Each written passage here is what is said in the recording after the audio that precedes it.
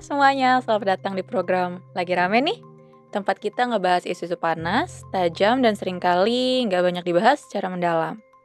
Saya, Pulina Nitya Kanti, dan kali ini kita akan membedah satu ironi besar dalam struktur perekonomian nasional, yaitu kelas menengah yang disebut kuat secara statistik tapi rapuh dalam kehidupan sehari-hari. Kelas menengah adalah tulang punggung perekonomian Indonesia. Begitulah kalimat klise yang sering kita dengar selama ini. Mereka lah yang berbelanja, yang mencicil rumah, yang menyekolahkan anak, dan juga yang menggerakkan roda konsumsi nasional. Tapi belakangan ini muncul satu pertanyaan yang makin sering terdengar. Apakah kelas menengah Indonesia benar-benar bertahan, atau justru diam-diam sedang turun kelas?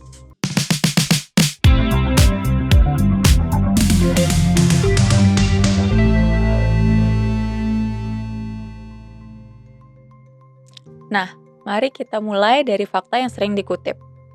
Data Badan Pusat Statistik menunjukkan bahwa pada tahun 2024, kelompok kelas menengah dan mereka yang mendekati kelas menengah mencakup 66,35% populasi di Indonesia. Lebih mencolok lagi, kelompok ini menyumbang lebih dari 81% konsumsi rumah tangga nasional. Artinya, jelas, tanpa kelas menengah, pertumbuhan ekonomi Indonesia akan pincang. Stabilitas sosial pun akan ikut goyah. Namun, ada satu kesalahan cara baca yang sering terjadi. Kita terlalu fokus pada besarnya kontribusi konsumsi tanpa melihat seberapa kuat fondasi ekonomi rumah tangganya. Dan disinilah ceritanya mulai berubah. Dominasi konsumsi kelas menengah ternyata tidak otomatis berarti mereka hidup aman. Justru sebaliknya. Besarnya konsumsi seringkali terjadi karena kebutuhan hidup yang makin mahal, bukan karena kesejahteraan yang meningkat. Biaya perumahan naik, pendidikan makin mahal, kesehatan juga semakin bergantung pada asuransi dan dana pribadi. Sementara, pendapatan terutama dari pekerja bergaji tetap naiknya pelan, bahkan stagnan. Banyak rumah tangga kelas menengah hidup dari gaji ke gaji. Tabungannya tipis, dan asetnya terbatas. Ini artinya satu guncangan kecil saja, kehilangan pekerjaan, sakit serius, atau kenaikan harga mendadak, bisa langsung menggerus posisi sosial mereka. Secara statistik, kelas menengah Indonesia terlihat aman.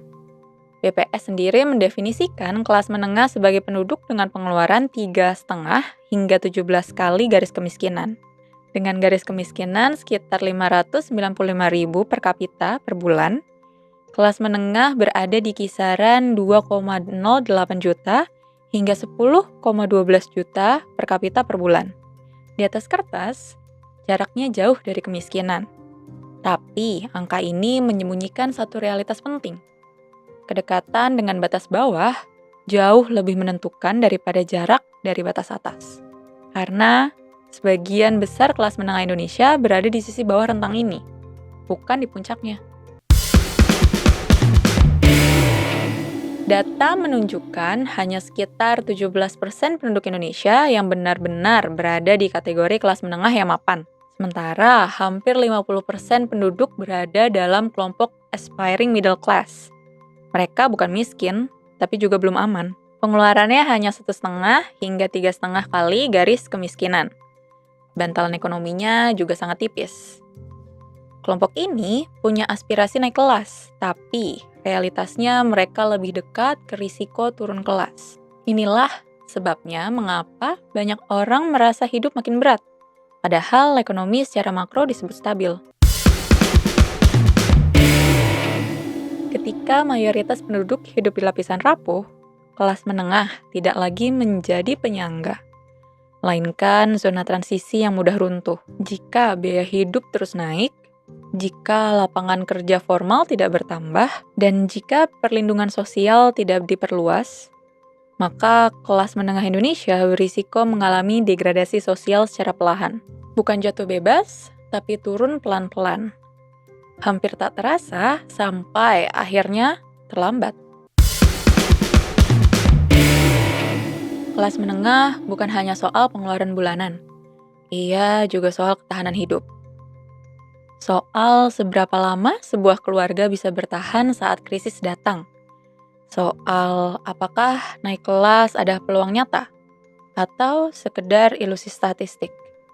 Jika kelas menengah terus dipuji kontribusinya, tapi dibiarkan rapuh perlindungannya, maka fondasi ekonomi nasional ikut terancam. Karena ketika kelas menengah goyah, bukan hanya konsumsi yang turun, tapi kepercayaan terhadap masa depan pun ikut runtuh. Dan itu jauh lebih mahal dari sekedar angka pertumbuhan. Nah, kalau kamu punya pendapat atau pandangan tentang topik ini, jangan ragu untuk tulis di kolom komentar ya. Dan jangan lupa untuk like dan subscribe supaya kamu nggak ketinggalan episode-episode menarik lainnya.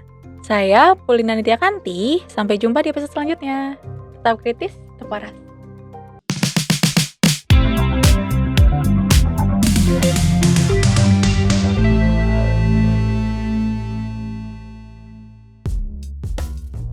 Keputusan bisnis terbaik datang dari data, bukan tebakan. Mudah berlangganan Business Insight dengan subscribe with Google.